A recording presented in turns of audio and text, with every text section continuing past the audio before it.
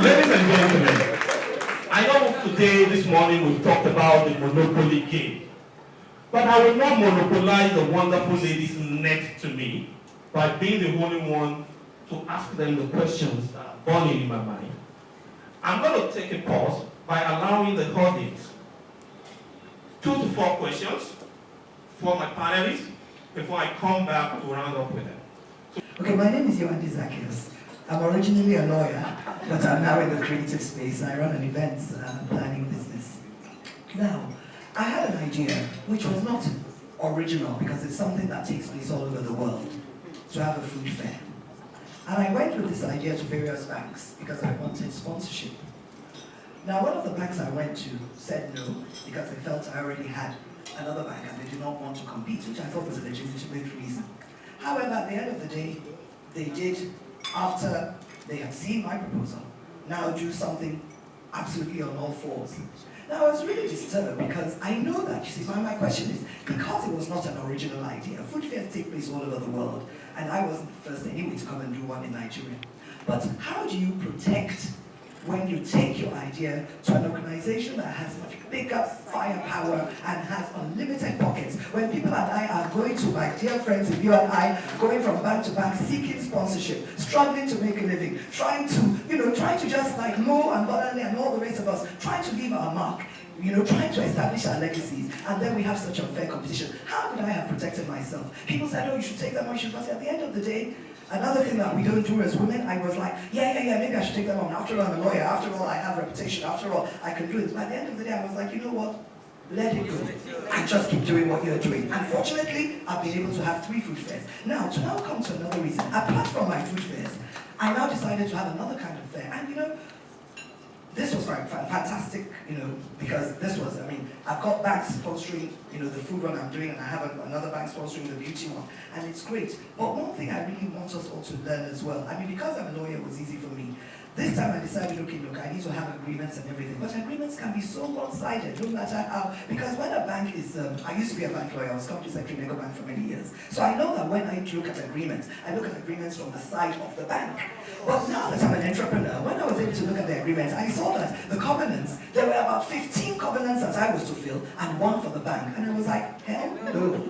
We're going to have to either do 1-1 or 15-15. So I want to appeal to women, even if you're not lawyers, look at, because as Bumi said, we get so excited and we're so grateful that people are even taking, they want to do things for us, they want our things, and we're so excited we're going to give it all away. You are brilliant, you are wonderful. Don't let them think they're doing you a favor. You are doing them the favor. So we need to just be very, very careful as we do these things. Then very last piece, I don't want to provide the microphone. In event planning, many times we have to take proposals to all kinds of organizations, and then you are pitching for an event. And then you don't get the event. And then you find out because somebody goes to the event and you see they've done exactly what you've pitched. So my own question to you is, how do I protect? Thank you. NDA, a non-disclosure agreement, is very critical. As lawyers, and you're one, as lawyers, professional ethics mean that we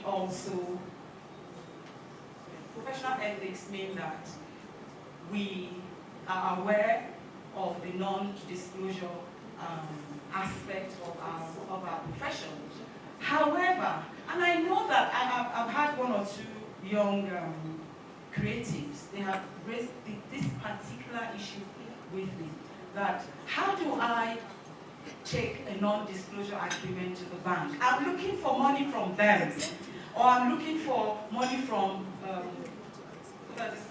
venture capitalist or whatever. How do they just say, no, I'm not going to sign you want my money, I'm not going to sign your NDA. What do you do? I honestly, and I may not be giving you a totally legal point of view, this is what I think personally. I think you have to weigh what exactly how important this is to you. How much do you believe in this thing you want to do? And if it's that important that you walk away from somebody like that, you walk away from somebody like that, because for that person, there are others that are willing to sign the non-disclosure. Someone approached me and said, oh, the man said, I'm not signing, but I will give you, and I want 55% of your business. A business that he's just thinking of. You want 55% and you don't want to, that is criminal. And I told him, walk away. And he did. And he found somebody that was ready to sign and just said, you know what, I'm not sure this is going to work or not work, but I just want 5-10%. And he gave him money because he believed that, you know what, I could throw this money away anyway, it could be stolen, whatever. Let me invest it in this young person. So for me, how important is it to you? How much do you believe in it? Walk away from such terrible, when people make such attempts to take advantage of you. And maybe I should ask you, you're from the bank. This kind of situation, how, I don't know if you'll be faced with something like that, but just if you have been, how do you handle it? Someone is coming to you for funding. Do you sign the NDA agreements? Do you sign them? We've done a lot of support, but I can't remember signing any. But within the bank, actually, our customers, irrespective of the kind of customer you are, sponsorship or loan customer, your properties, your documents are protected.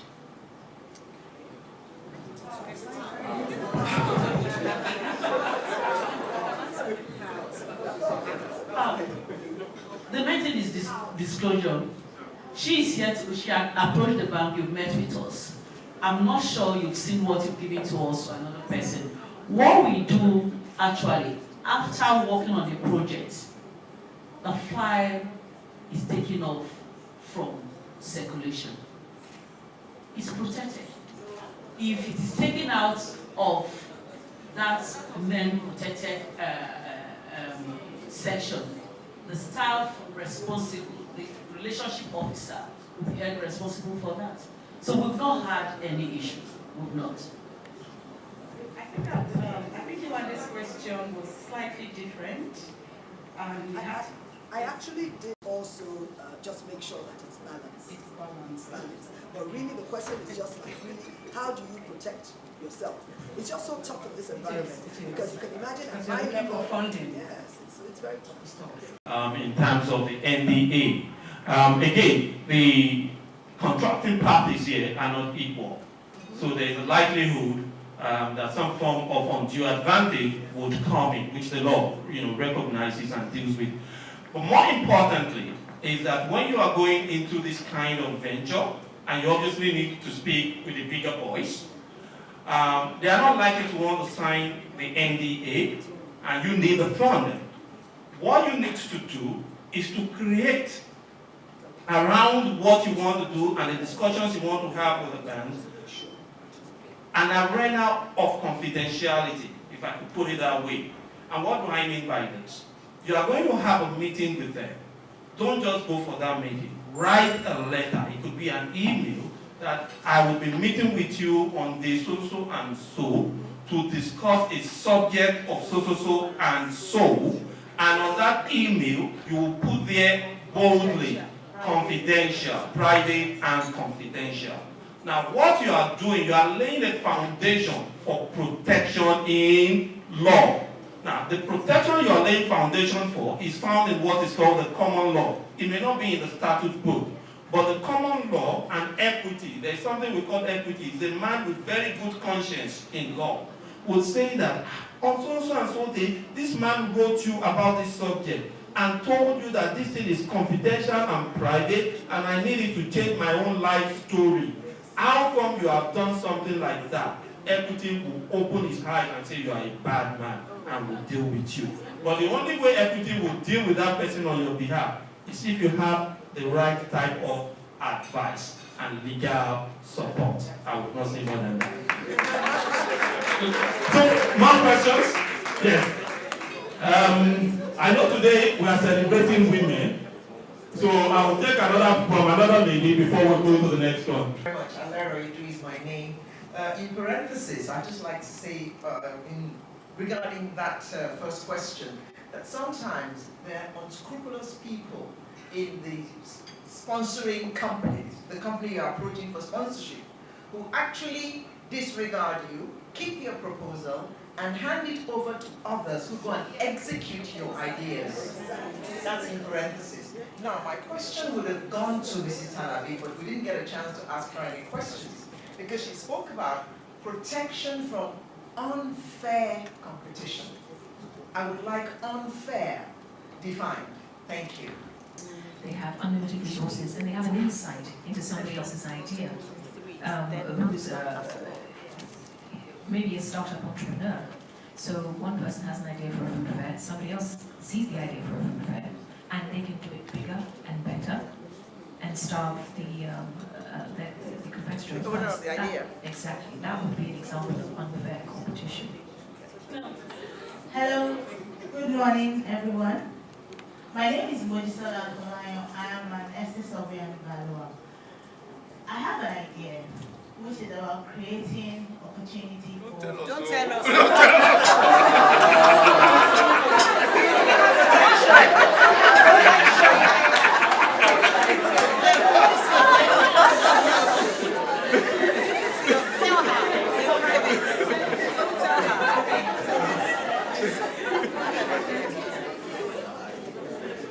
Okay. I don't know how to ask my question. I think that subject of protection seems to be the bedrock of the entire conversation. And it's because as an entrepreneur, there's a place of calculated risk. The keynote speaker said, don't overprotect the idea to the point where it then never finds the light of day or it never breathes. So I find it quite curious that in all our efforts as entrepreneurs, when we go out to people who we think can help us, we are almost duty-bound to tell them why their time is worth our effort. In which case, like, they begin to imagine how I can produce how my confidential, which is always on my proposals, by the way, can protect me, because I put that private and confidential. But I know that even as a lawyer, it doesn't mean much, because essentially that's a document that nobody has signed except myself. So in advancing the conversation, how do we create that sort of measure of skill and strength for people who have ideas? I would say that it's a risk that you need to take, and it is a calculated risk, because some people will say take out the keys from the proposal, just tell them as vaguely as you can. But nonetheless, if they are not convinced, you go away with your idea. Now they've gone out to implement it. In fact, they could so repackage the idea that even when you see it, you're not even sure it's still your own idea. So I'm going to probe a bit further with this question. And I think it's all around this non-disclosure. See, it's easy to say, sign non-disclosure, do private and confidential. If I was Mrs. Abdu, because they will understand that she's earned that name, she's grown. Or if I was Mrs. Abdu, she's earned the name. But when you have someone that has a really good idea, maybe you've gone up to a certain level, or you've not earned that name, it's almost like, who are you? Why are you telling me this? Why are you telling me why it's private and confidential? Also, last year I had to do certain things with certain organizations, and I do remember, because I like to cross my I's and dot my T's, I do remember sending non-disclosure agreements. None of them came back to me. In fact, some of them were like, why are you sending me this? Why? Who are you? What exactly are you? Do you know more than I do? Now, obviously, I had to seek advice from lawyers, and they said to me some of the things that you said. They said, cover your tracks. Send an email immediately after a meeting. Send an email and say, oh, it was nice to meet you to discuss this. Don't make it full-blown, but common law will cover you. But recently, at the start of this year, I started getting worried, because not only did we seek private sponsorship, we also sought government sponsorship. And my husband called me, because he works in one of the government processes, and said, can you imagine someone's proposal that they executed this year ended up on his table, and the lady came to say, I'm waiting for my funding. But it turned out the government capacity, so someone had used the proposal to get the funding last year. And it was almost like, so he started getting one from me, like, what if your funding came out and you actually never got it?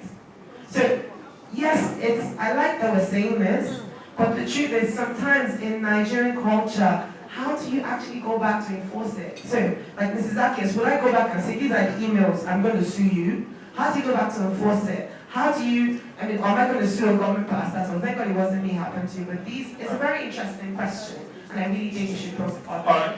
It's lovely to be here talking about things that we create and how we protect them. I think it works both ways. For example, we've had, actually Mrs. Zacchaeus, there was a time that she sent me an email, a WhatsApp message, that she had a young lady that had an idea that she wanted to share. And I said to her specifically, please, when you introduce me to this young lady, let her be as brief as possible, or not even to mention the idea.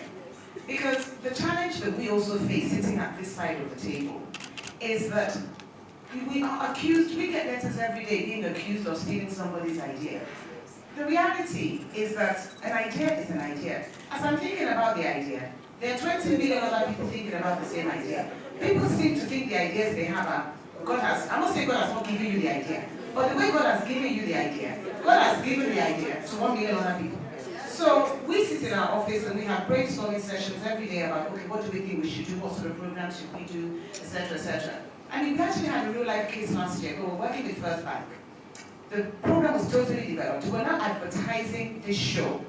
This person now wrote to First Bank that we stole their idea. It took 3 months for us to clear the matter up before we were actually able to go on air with this program. You can see how the client is going to feel. Meanwhile, they planned the campaign and all of that. Now, outside of all of that, we have a submission policy on our website that says, please do not submit any ideas unsolicited to us. We don't want them and we do not need them. Because you just find you get into a complete mess with people just trying to find ways. There are some people in Nigeria, their only job is to see who they can sue. Yes. They are known as professional suers in the creative space. They go around from us to African Magic to all kinds of organizations, looking to see how they can, that's how they actually earn their own money. So we also, on the other end, have to protect ourselves as a broadcaster to say, please, don't share your ideas with us. So it kind of works both ways. So you may think you're the victim sometimes, but we also have been, can consider ourselves victims also. And thank you so much for all the perspectives shared. My name is Ijeoma Wagu, and I'm a faculty at Lagos Business School. I teach strategy and sustainability. I'm a lawyer, interestingly, though I teach in a business school now. We're talking about what to protect. And one thing I found working in higher education here and with young people around the world is that we are as talented, our young people are as talented, innovative and creative as anywhere around the world. But my question is, how do we build a pipeline? How do we get these young people to a place where they actually have something to protect? Because I find that sometimes we do have this crisis of self-belief. You'll be shocked that even in higher education, we're dealing with young people and getting them to be confident in their own ideas to the point where they own it and know that, okay, this is something worth developing further, and then this is something to now protect. So my question to the panel is, from your experience and perspective, what are the ways we can build a proper pipeline so that everybody sitting in a room, all our young people, how do we invest in our young people so that they actually have something that we can protect? They're able to bring it forward. And don't be scared about it. I'm a personal development coach with a psychology background, and I'm passionate about helping people discover their potential. And I've actually developed a system, I won't tell you, but I've developed a system that helps people discover their personality type, and it is world class. Now, Mrs. Talabi said IP is the key to nation building. Now, me being a personal development coach, I'm also a very strong advocate of Nigeria's national development. And there's a connection between what I'm doing and what Jackson Etsy is doing. So my question is, and close to what this lady, a woman said, making intellectual property accessible to the masses. What is the mechanism Jackson Etsy and Edu is putting in place to make intellectual property accessible? Because part of my project, long run, is to administer my instrument to Nigerian youth, millions of Nigerian youth. Now the next step after discovering the talent and potential of these people is to actually develop the potential, which will also lead to commercialization. But between development and commercialization should be protection. And I'm looking for the situation or opportunity that will make me, I'm asking, the first question is accessibility, how can it be accessible? And I'm also asking how I can collaborate, or any other small company like mine and startup can collaborate with them, like S and N, in making them potential products accessible. Thank you. My final words is just the critical importance of legal advice. I mean, I've never seen so many legal agreements. Every logo, every word on every monopoly board, every game has got to be protected. There was a bank who gave us the wrong logo, a youth corporate, the company sent the wrong logo, it was signed off, and we put it on the board, and they rejected it and dumped the boards at our gate. Fortunately, we had all the documentation. That was critical, to have the documentation, have everything wrapped up and ring-fenced. Otherwise, it comes back to haunt you. So I just can't. A lot of small businesses take all these issues very lightly. It does cost you, but if you know you've got this big dream that is way beyond Nigeria or Africa, then you really have to protect yourself. So put things in place, the legal, the HR, the accounting services, from day one. Start the way you plan to continue. If you see yourself as a big business, start that way. You can outsource, we outsource those services. But it's just a critical point to make. Thank you very much. Thank you very much. Dr. Brown? I think we've been talking about some individual issues, but we haven't really linked the importance of intellectual property to growth at a national scale. So if you look at America, for example, the biggest companies in America are Google and Amazon and Apple and Facebook. They're companies that their whole business model really revolves around, a tiny piece of software protected by intellectual property law. The biggest company in Nigeria makes cement, and not any extraordinary kind of cement, just regular kind of cement. And I think that the reason why we haven't been able to grow these innovative tech companies is because of this difficulty in securing our ideas, and the fact that when somebody comes up with an idea, 10 other people can use it. So I do think that there's a role for lawyers and legal practitioners in general to advocate at the central level for clearer international property laws and mechanisms for enforcement that don't cost a fortune either. Otherwise, you'll find that there's a lot of work done by the OECD that shows that countries with weak intellectual property laws don't grow. So it's not just an issue of ideas in the room, it's a national growth issue.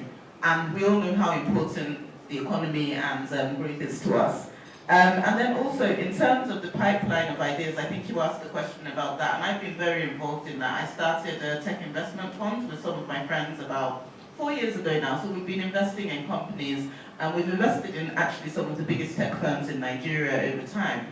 And it's always an issue protecting those international, those ideas. But I would say to you, for example, that the big law firms and the people that really have expertise in this area are actually quite expensive. So what you could do is incorporate yourself into a hub structure. So there's a few tech hubs around where they purchase legal services as a hub. So there's like 20 or 30 tech companies in the hub, and then they purchase those legal services. So the hub will liaise with these big tech firms with you and help you negotiate, and then they can give that lump sum that I know that you guys need to do the work because SMEs, SME body will not really be able to purchase your services. But if you have a group of 40 companies that need very similar services, then perhaps you can make streamlined agreements and again, more creativity. Be creative about the kind of legal services you offer. So that might be an option for you to join a hub and then let the hub work to. So that's a way for SMEs to access big lawyers like this. Thank you. Thank you. Okay, I think quite a number of questions came up in terms of the legal aspects of this event. And I'd just like to round up by saying CPPEC, create, protect, preserve, enforce, and commercialize. Do not forget that acronym, CPPEC. Thank you. Thank you very much. Ours is simple. Just have your idea. Articulate this idea. We have accredited business development partners that will guide you in your documentation. As at today, we have over 120 accredited business partners. After having this documentation in place, come to Bank of Industry. We have the mandate to provide funding for your businesses. Thank you very much. Ladies and gentlemen.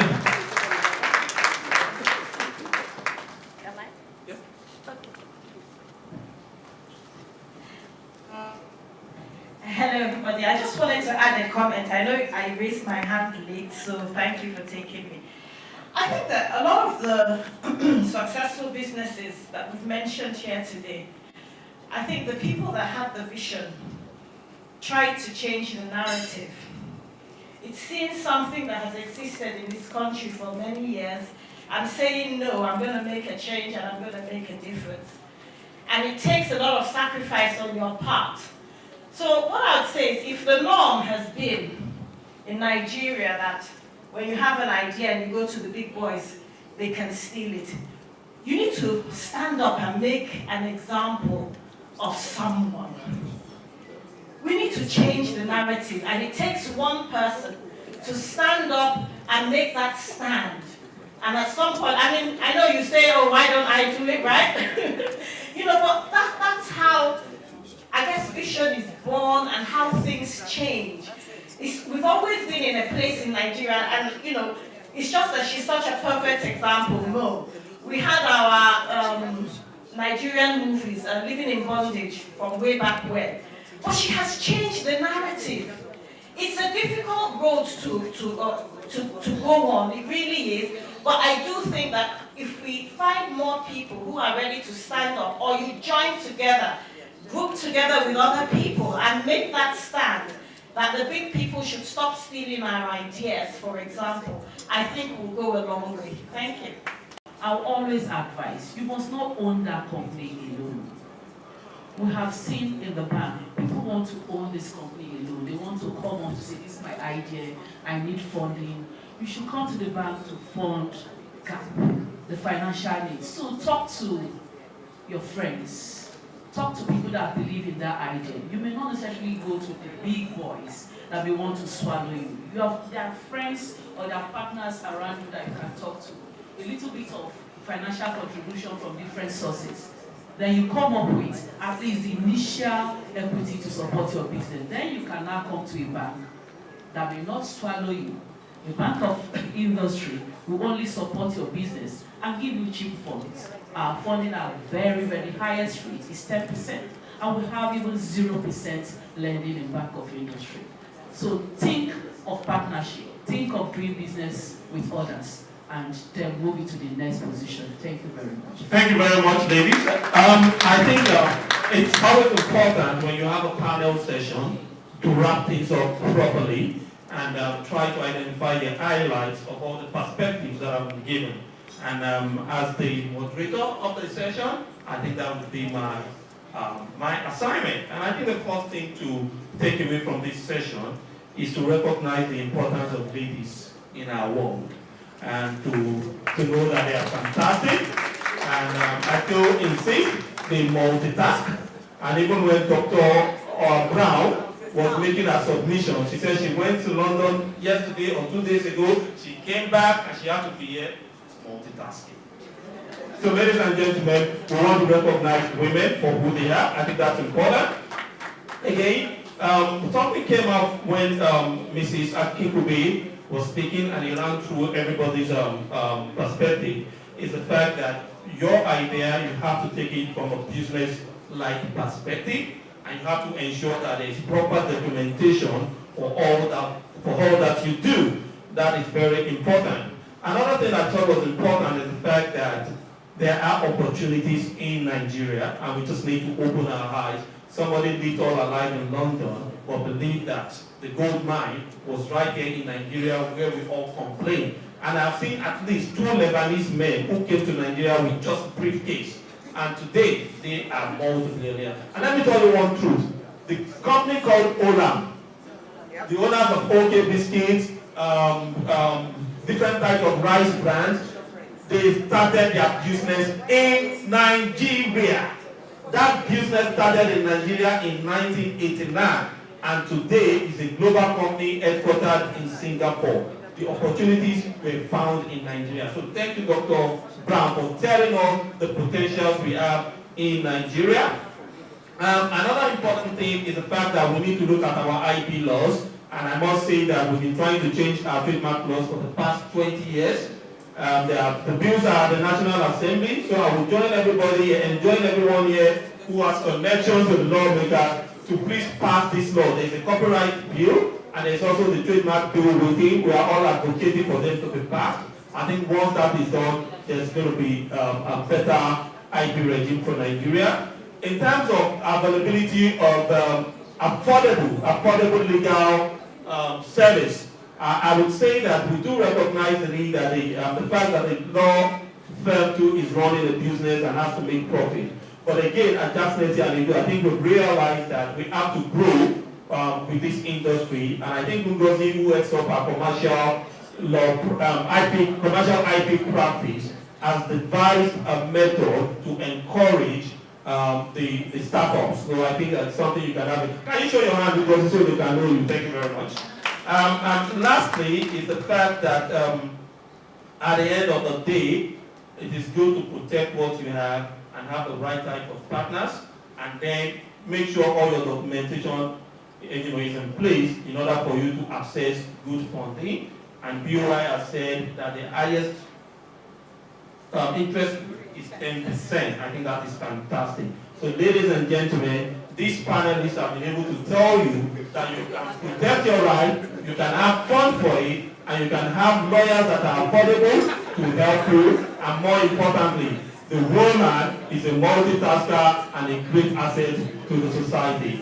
Join me in saying a big thank you to all these wonderful ladies that have made this session a fantastic one. Thank you. We are moving to another segment. This is the last segment in today's event. And this is where the celebration begins. This is when the celebration begins. As we all know, we are celebrating women who have made significant contributions in innovation and creativity. The last section will only take a few minutes and we'll be out of here. It's time for us to recognize our awardees, but before we do that, very quickly, we'd like Phoebe, the saxophonist, to just give us a few minutes of good music, just so, cool our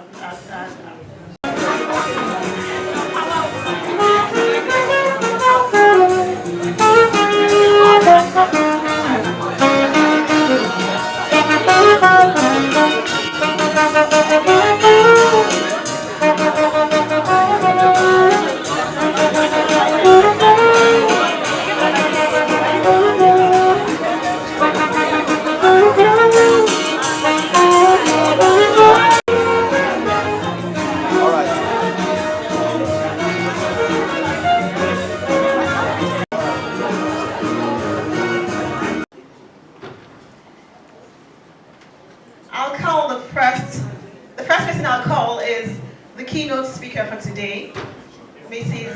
Abodere Talabi, and the plaques will be given out by the senior partner of Jackson Eti Adedu, Mr. Durosimi Eti.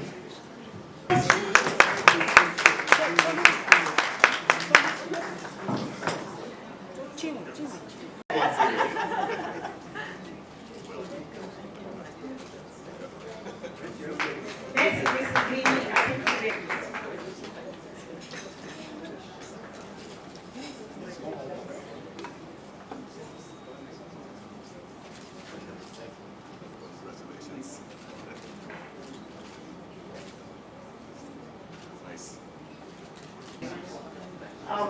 Just, yes, read the citation. I understand Mrs. Bolanle Austin Peters has sent a representative.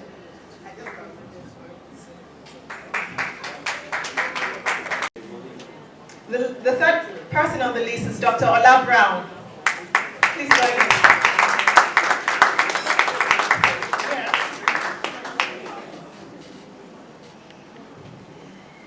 And the fourth person on the list is Mrs. Mo Abudu.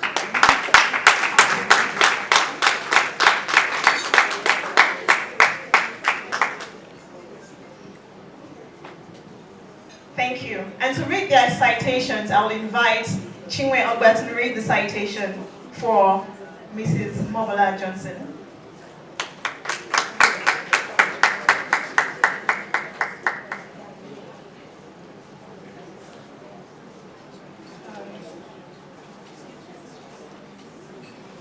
Okay. Omobola Johnson is a partner of TLCom Capital in Lagos, Nigeria, focusing on deal flow generation, investment and value generation, and brings a unique ecosystem and industry-level experience via her achievements in the Nigerian government, and her focus on the development of tech entrepreneurship and availability of private capital to the local software industry. Before joining TLCom, Omobola was Minister of Communication Technology in Nigeria from 2011 to 2015, focusing on the launch and execution of the National Broadband Plan and the support of the Nigerian technology industry, including the pioneering involvement of the government in a local VC fund and a network of startup incubators. Before serving in the Nigerian government, she gained over 25 years of consulting experience with Accenture, including 5 years as country managing director, working with companies in a variety of industries, transforming them into more competitive and dynamic organizations. Omobola is chairperson, Alliance for Affordable Internet, member, Global Agenda Council on Africa, World Economic Forum trustee, Future of the Internet Initiative, World Economic Forum founding chairperson, and member of the Board of Trustees, Women in Management and Business. She's also the chairperson, UN Commission on Science and Technology for Development, 2014 and 2015, a member of the Broadband Commission Working Group on Gender, UNDP. Also a member of Empowering Development Advisory Board, ITU. Omobola has a bachelor's in electrical and electronic engineering from the University of Manchester, a master's in digital electronics from King's College London, and a doctorate in business administration from the School of Management of Cranfield University. I think that's all. Yes. On behalf of the firm.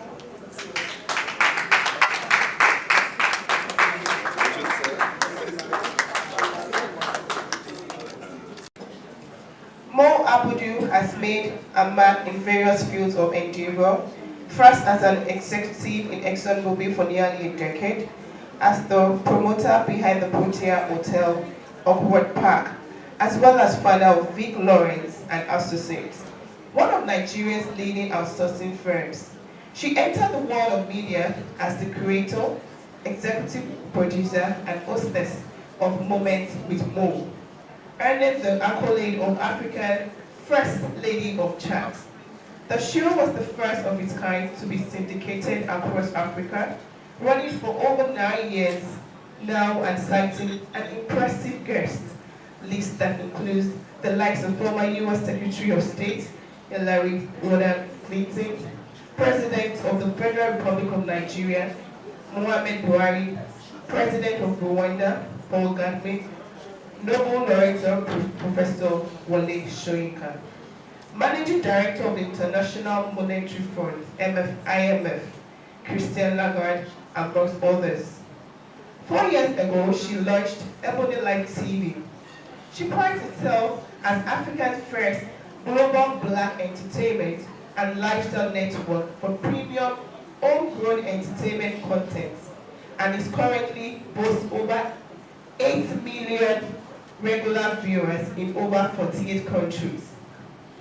Mo took the plunge into filmmaking by setting up Ebony Life Films in 2014 and was the executive producer of his first feature-length film, 50, which was the biggest premiere in the history of the Nigerian movie industry and the top grossing Nigerian film of 2015, and was selected to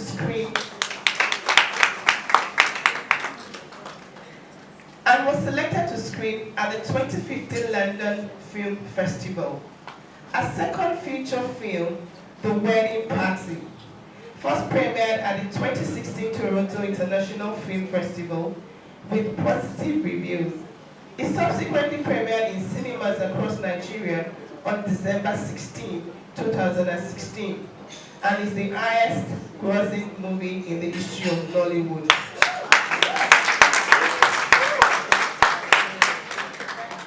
Mo returned to Toronto once again for the 2017 Toronto International Film Festival for the world premiere of a third feature-length film, The Royal Hibiscus Hotel. The film was the only Nigerian selection and one of just 3 African features in the contemporary world cinema category, which spotlights 48 of the best new films worldwide. The Royal Hibiscus has been recognized as a hidden gem by the Toronto International Film Festival. Variety, the world's leading magazine for the movie industry, had this to say: Royal Hibiscus is a polished, crowd-pleasing comedy full of easy laughs from an all-star cast. Mo is highly sought after for her in-depth knowledge of the African and global creative industry. She has spoken at the Wharton School of Business, Oxford Union, University of Cambridge, George Business School, Harvard University, New York University, State School of Business, amongst others. Mo has received international recognition by Forbes as the African woman to launch a Pan-African TV channel, as well as Africa's most successful woman. She has also been recognized by CNN as Africa's Queen of Media who conquered the continent. What Mo calls her most significant achievement is being blessed as the proud mother of 2 amazing children, Temidayo, age 27, and Adequate, age 20.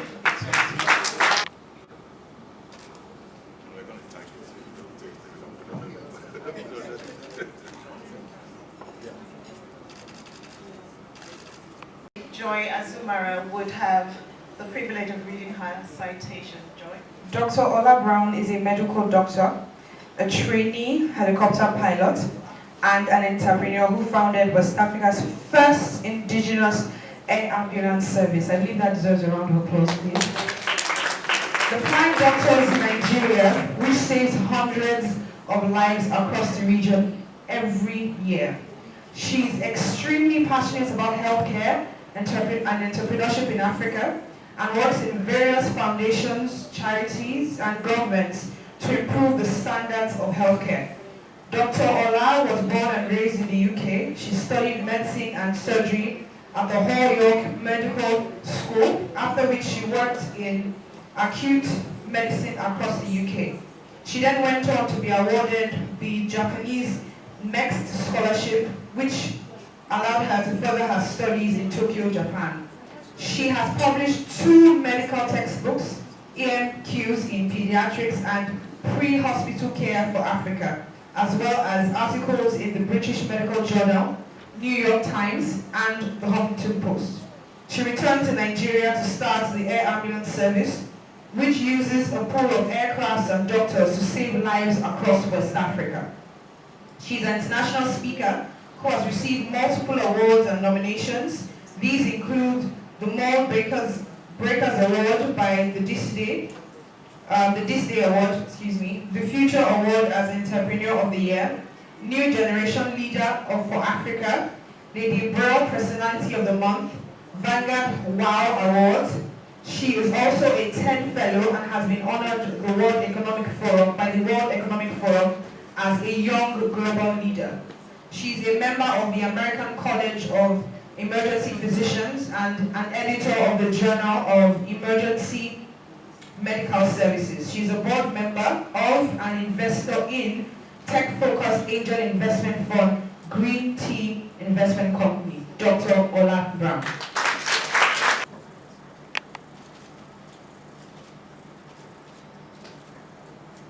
The last awardee on our list is Mrs. Bolanle Austin Peters. She's represented, like I mentioned before, she's represented by Kesenna. Her citation will be read by Busola. Good afternoon, everybody. I will be reading the citation for Bolanle Austin Peters, who is the founder of Terra Culture and BAB Productions. Bolanle Austin Peters has a master's degree in international law from the London School of Economics and Political Science and a law degree from the University of Lagos. Okay. She is the founder of Terra Culture, an educational and recreation organization set up in 2003 to promote the richness and diversity of Nigerian languages, arts, and culture. With a gallery, theater, bookstore, restaurant, and language school, Terra Culture is the only comprehensive arts center in Nigeria. I think that deserves a round of applause. In its 11 years of existence, Terra Culture has organized over 200 exhibitions, 90 plays, 60 book readings, and over 10,000 adults and children have attended its language classes and excursions. Terra Culture in 2009 established the TKMG Auction House in collaboration with Midream Gallery. The auction house has organized 8 very successful art auctions. From the Theatre Art Terra initiative, which started in 2007, co-producing over 100 plays, Bolanle Austin Peters production was created in 2013 to raise the bar in Nigeria's theatre by producing world-class theatrical productions and Broadway-style musicals. It has produced 2 world-class award-winning musicals, one the Saro musical and the Waka musical. The musical and 6 other productions for notable blue-chip companies in Nigeria. It has ventured into filmmaking with its first feature film, 93 Days, a film based on the true story of the Ebola crisis in Nigeria, featuring Danny Glover and Tim Ray and other Nigerian film stars. Our productions have enjoyed numerous accolades and reviews from international media houses, including the BBC and Sky News, CNN, amongst others. Prior to setting up Terra Culture, BAP Productions and TKMG Auction House, she had worked as a lawyer with the United Nations in Geneva, Switzerland, Ethiopia, and Namibia. She returned to Nigeria in 2001 as a consultant to UNDP Lagos. She's a public speaker on entrepreneurship and has won numerous awards internationally and locally. She is also a British Council Ambassador and an ambassador of Shape Your City project. Ladies and gentlemen, please let's make welcome the representative for Bolanle Austin Peters. Lokman Durosimiati, senior partner, Jackson Etienne Edu. Beautiful. So, sir, what you're doing is really innovative and it's beautiful. And intellectual property ownership is something that is not really of vast knowledge in this part of the world. So, sir, what do you see like in prospects when we're talking about intellectual property in Nigeria in like 5 years to come globally, on a global stage? What we see is a lot of innovation and creation coming from the young people. That's the way I look at it. And also the technical space in the markets. You can see it in the musical industry. And it's the best thing. It's fantastic. And that's the first time I say music. You see production also in the industry blooming. you know, and you can also see theatres, and you can see the recent awards given, the sort of awards you see. You could see Mo coming in, most supportive. It was fantastic for us.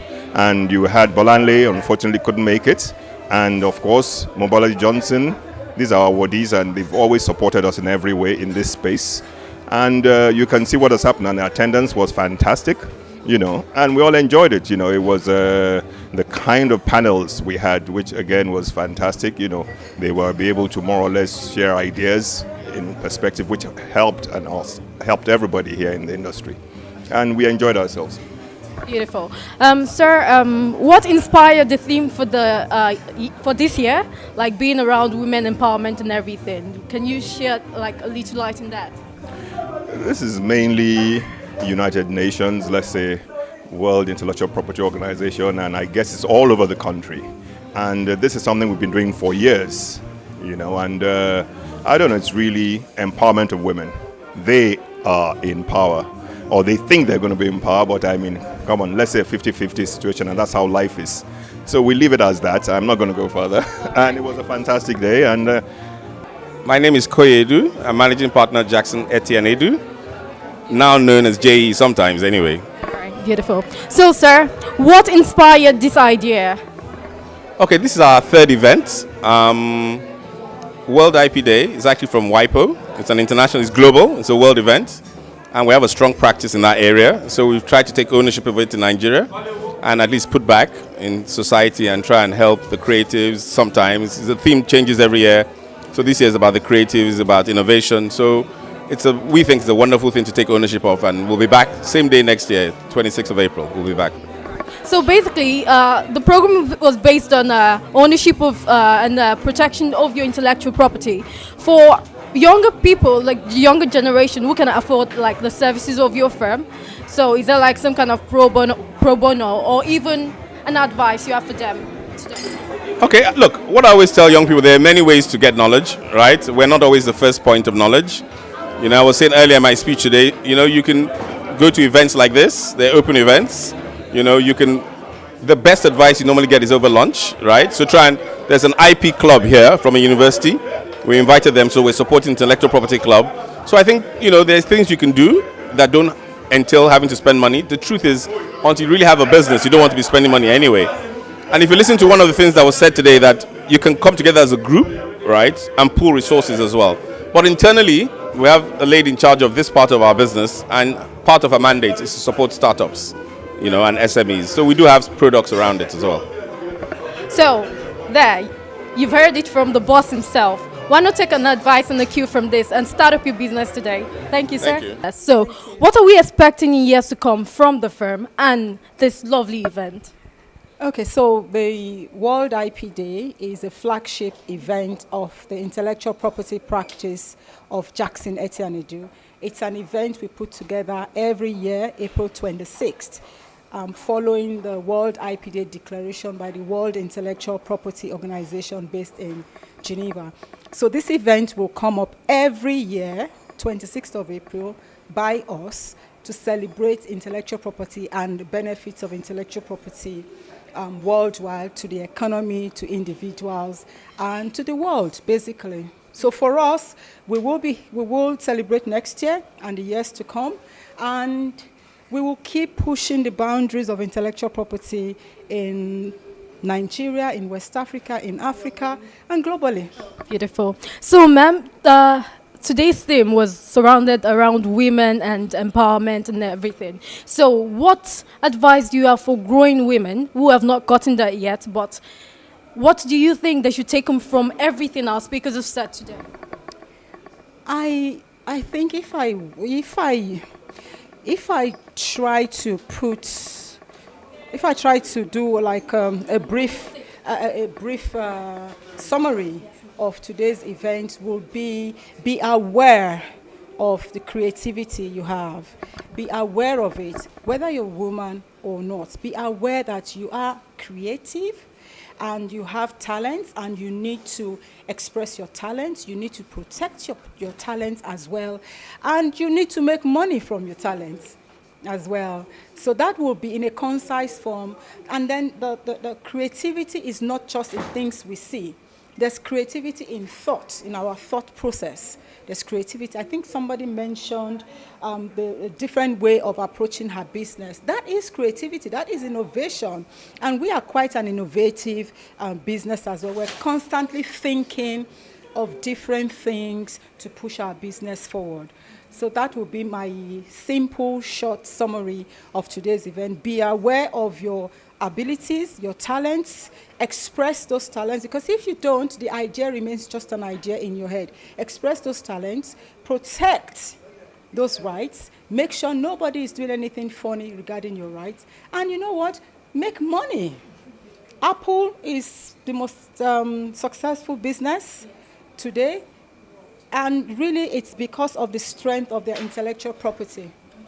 This brings me to my last question, then. So there is a saying that goes like, an idea is universal, but when worked on or developed, it becomes an intellectual property. Yes. So in protection of this intellectual property, how best do you think people who can't afford very high-standard legal firms and everything should go about protecting their intellectual property? All right. So I think it's a misconception that law firms are so expensive. Honestly, I really do think it's a misconception. And having said that, though, we have a program or a unit, a business unit within our firm, and we watch out for startups and micros. We call them SOMs. So startups, and we do believe in startups. We see the wave of entrepreneurship going around the country particularly. And we're very proud to be supporting the startups, whether you're male, female, doesn't matter to us. You're a startup, you come to us for protection, you come to us to help you with legal advice. We do our bit at extremely rock bottom prices and sometimes at no charge. Yes, at no charge. There are some things we will not charge for, but there are some things that we will charge the very lowest charges because we want to encourage everybody to be part of it. So do not do away with that misconception. And then, you know what, I spoke to somebody earlier and he also asked me this question, oh, I have something I have to do and how much is it? And I said, okay, I reminded him of the second habit in 7 Habits of Highly Effective Person. The second habit is begin with the end in mind. And I said, do not talk money first. When you talk money, you don't achieve what you want to achieve. You talk what you want to achieve first. What are the goals? That's why it's one of the habits of a highly effective person. Think about the end you want to achieve, the goal you want to achieve, and we walk backwards with you on how to achieve these goals. Never talk money first. Never talk money first. Talk about achieving the goals you want to achieve first. And you know what? Somehow you will find a way. There's always a package that will help you to achieve those goals. So look for those goals. Try and achieve those goals first, or rather, exhibit the second habit and begin with the end in mind. Beautiful. I think I just found a new hero, so I'm just going to take that and move on today. Thank you so much, ma'am. I've learned a lot. We've learned a lot. Thank Mrs. Uwa Ohiko. So with me here, I have Mr. Agaba, the moderator for today's event. Sir, so how would you say you saw the perception of the guest that you interviewed today? I think today what has happened is that I was blessed with distinguished ladies as members of my panel, all very accomplished in their respective fields of endeavors. And I think they gave us very different perspectives that are relevant to the subject matter. And underscoring that is the fact that we're able to learn that women are powerful when it comes to creative thinking, and they're able to come up with brilliant ideas that can be monetized for the development of the economy of the nation, and in fact, the home front. And also, what came through is that the ladies were able to tell us that when you create, you need to protect and ensure that that protection is what is going to preserve your economic benefits from what you have created. So I think the ladies that I interviewed today were all fantastic. Beautiful. So, sir, hearing that as a lady feels really good, but I am also a youth. So what advice do you have for the youth in terms of protection of their intellectual property?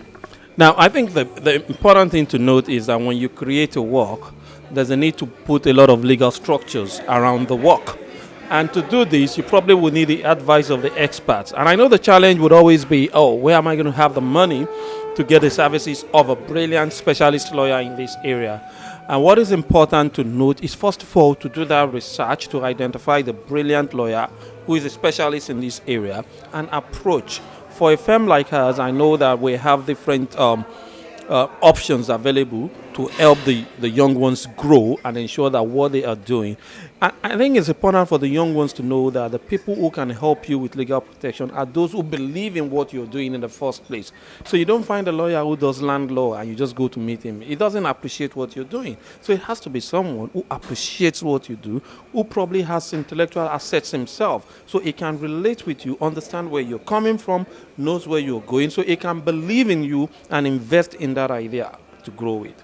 Wow. So we have the beautiful and the most delectable Mrs. Okorocha. Welcome, ma'am.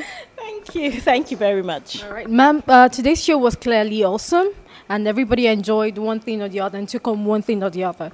What would be that one thing you feel was the highlight of today's event? Okay, for me, I think all the speakers were awesome. I think everybody tackled the topic from their own perspective. But one thing that struck me is that nothing happens if you don't take action. Particularly the acronym that UWAUHICU, the senior partner in Jackson Edu, gave us. And she said you create, you protect, you, preserve, you enforce, and then you have to commercialize it. So you have to start by taking action to protect your intellectual property. Yes. So what advice do you have for the organizers of the event, and what's the prospect you see in let's say 5 years to come when we talk about protecting your intellectual property in Nigeria? Okay, so obviously my firm, Jackson Edu, organized this. So I'll be talking to myself, really, if I say I want to say what we should be doing. I think that this initiative of celebrating the World Intellectual Property Day is something that must continue. I think that a lot of Nigerians don't actually know what intellectual property is and the reasons why they need to protect it. I think there's a lot of engagement that still needs to go on.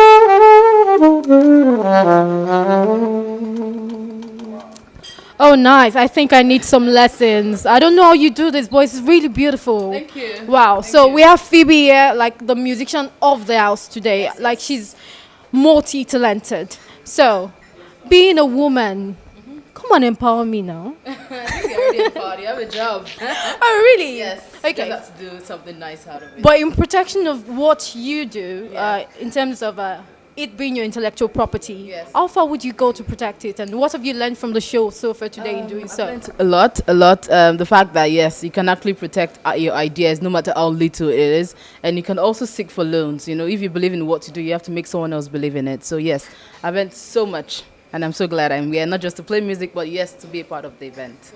Beautiful. You heard it from Phoebe herself. But Phoebe, who among those women really inspire you the most, that you feel like, okay, I think I want to build a TV station where they'll just be playing sax everywhere? Okay. Now that you've mentioned TV station, I think Mo Abudu. I've been following a lot of them. Bolanle Peters, Mo Abudu, Dr. Ola Brown, Miss Talabi Aboderi. I've been following a lot of them. You know, I love to read about women because that's what I am.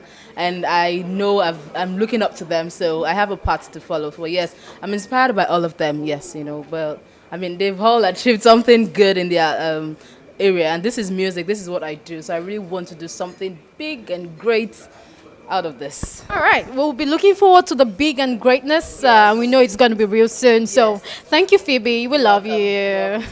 Ma'am, I must say a fantastic job so far. And what are we going to look forward to in the next years to come? Okay, next to come, we're looking forward to a better event because this is the 3 years in a row, so this is the third year, and it's going stronger and stronger. So as one of the big firm for intellectual property practice in Nigeria, so we have taken this day, World IP Day, as the day to celebrate, to raise the awareness for the importance of trademarks, patent designs, and copyrights and how they've impacted our lives. So it's something we are ready to do here in Earhart. So we believe next year is going to be a greater event. So next year, are we going to be having men? Like this year was like women. So next year, we really don't know what WIPO will say what the theme is, but I'm sure it's not going to be about women next year. I'm sure it's going to be gender balance next year, because this year, WIPO decided to celebrate women and understand and showcase how women have actually empowered change in the world. So the speakers were like unique in their own fields and practices. What's your advice for younger growing women and in their fields? And okay, so my advice to the younger women, female entrepreneur out there is to, first of all, create, innovate, and when you do that, you need to protect your innovations. When you protect your innovation, you can make more money, you can commercialize it even if you don't want it, but protection is very key to you. Is when you protect it, you can then tend to go for enforcement. Beautiful. Did you hear that? If you can't do that, then I don't know what you can do again. Thank you so much, ma'am. Yes, there you have it. All the speeches, the words, the words of encouragement and the advices from the speakers of today. Today has been a very great day, and I in person, have learned a lot. So we are sadly coming to the end of the show, but you know what? You just stay tuned to LIO TV, because that's where you get the best of events. And I recommend BIMS. Thank you.